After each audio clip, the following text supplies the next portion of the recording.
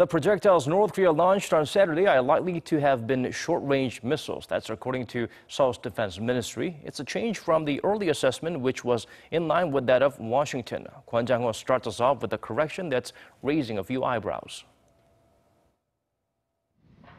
An official at South Korea's defense ministry revealed on Monday details of an interim report regarding North Korea's latest missile launch.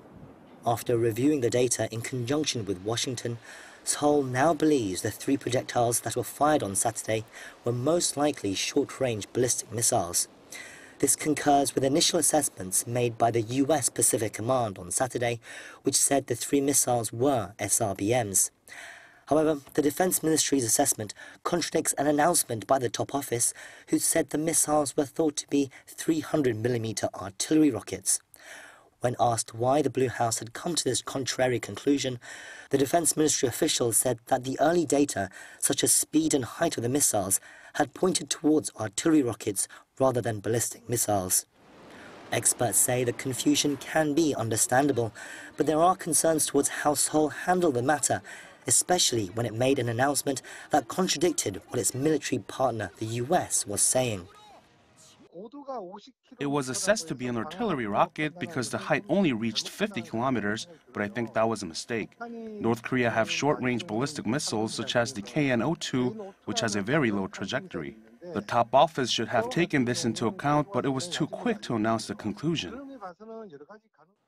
The Defense Ministry also stated that it believes the launches were in protest to the joint South Korea-US military drills that are currently taking place. But there are also suggestions that the launches were rather aimed at undermining the US missile defense system THAAD, which has been deployed in South Korea.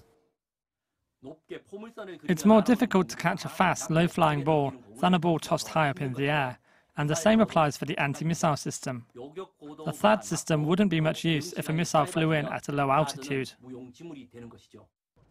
The ministry said that it will issue a final conclusive report soon, but regardless of the type of missiles Pyongyang launched over the weekend, the act still signifies a provocation by the rogue regime. Kwon Jang-ho, Arirang News.